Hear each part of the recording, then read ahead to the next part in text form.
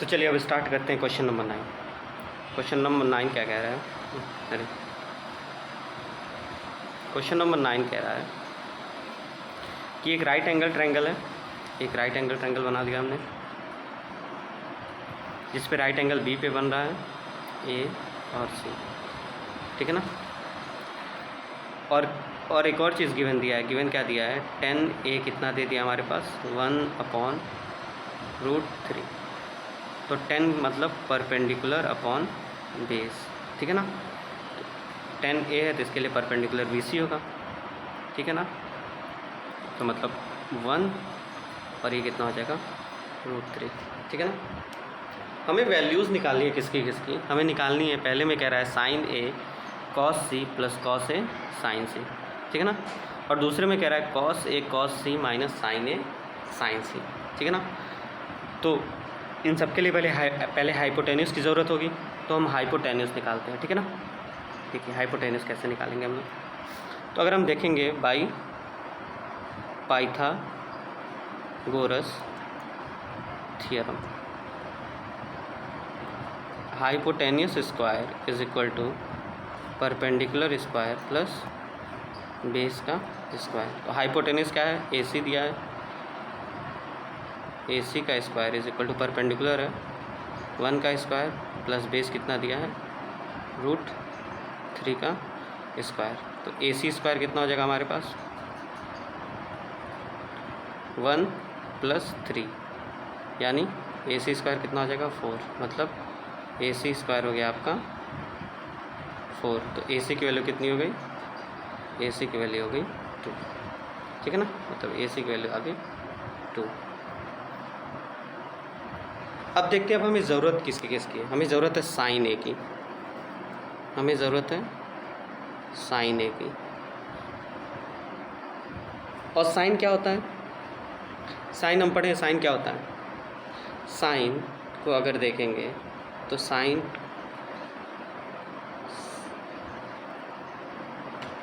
Theta होता है perpendicular upon hypotenuse. यहाँ तक क्लियर है। तो साइन क्या हो जाएगा? ए के लिए परपेंडिकुलर क्या रहेगा? BC काम करेगा, ठीक है ना। तो 1 अपॉन हाइपोटेन्यूस कितना है? 2, ठीक है ना। फिर क्या चाहिए? कॉस ए चाहिए। कॉस ए निकालते हैं, जो जो चाहिए हम सब निकाल ले रहे हैं। कॉस ए के लिए, कॉस ए क्या होता है? कॉस थीटा की वैल्यू कितनी होती है? कॉस थीटा होता है बेस अपॉन हाइपोटेन्यूस। तो बेस कितना है हमारे पास? √3 और हाइपोटेन्यूस कितना है? 2, ठीक है, मिल गया। और क्या चाहिए? और हमें चाहिए साइन C की वैल्यू। साइन थीटा वही था परपेंडिकुलर अपॉन हाइपोटेन्यूस पर। अगर एंगल C को देखेंगे तो राइट एंगल ट्रायंगल में जो एंगल गिवन है उसके सामने वाली साइड क्या होती है? परपेंडिकुलर होती है। इसलिए साइन C जब भी लेंगे तो परपेंडिकुलर का काम कौन करेगा? उसके लिए AB करेगा। तो यहाँ क्या हो जाएगा? साइन C की वैल्यू √3/2। वहीं अगर कॉस C को देखें तो कॉस C के लिए बेस का काम क्या करेगा? BC करेगी। तो 1/2, ठीक है। ये सारी वैल्यूज़ हमारे पास आ गई एज इट इज़, जैसे हमको चाहिए वैसे आ गई है, ठीक है ना। चलिए अब आगे बढ़ते हैं, क्वेश्चन सॉल्व करते हैं। पहला पार्ट क्या कह रहा है क्वेश्चन का? पहला पार्ट कह रहा है कि आप निकालिए sign A cos C plus cos A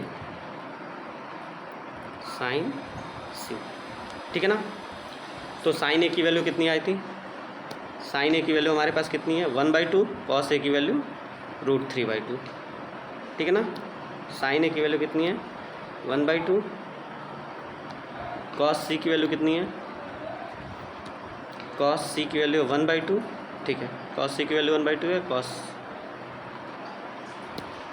cos C की वैल्यू है 1/2 प्लस कॉस A की वैल्यू है √3/2 और साइन C की वैल्यू कितनी है?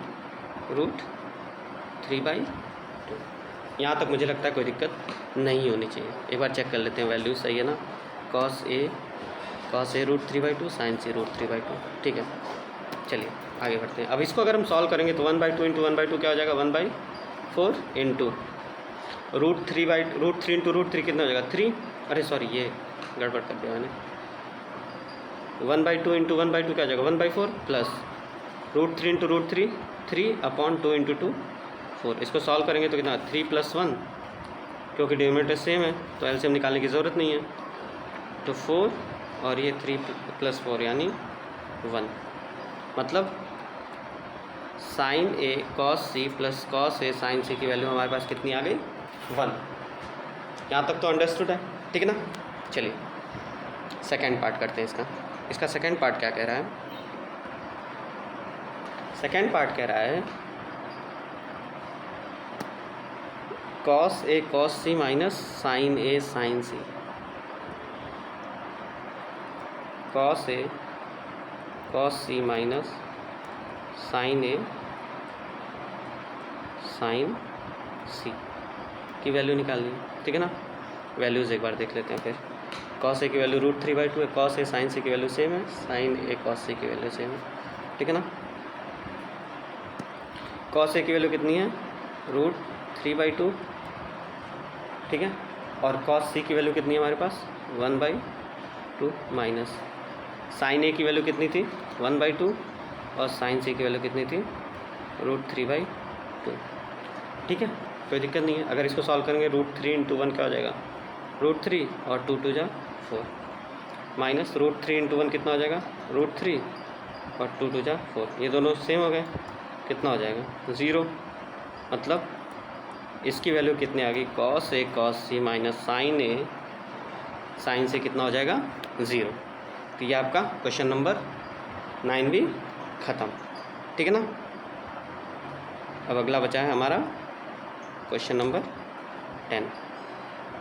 अगर आपको वीडियो अच्छी लगी तो प्लीज़ लाइक करिएगा, शेयर करिएगा, सब्सक्राइब करिएगा ताकि ज़्यादा से ज़्यादा बच्चों को फ़ायदा मिल सके। थैंक यू, मिलते हैं अगले क्वेश्चन पर।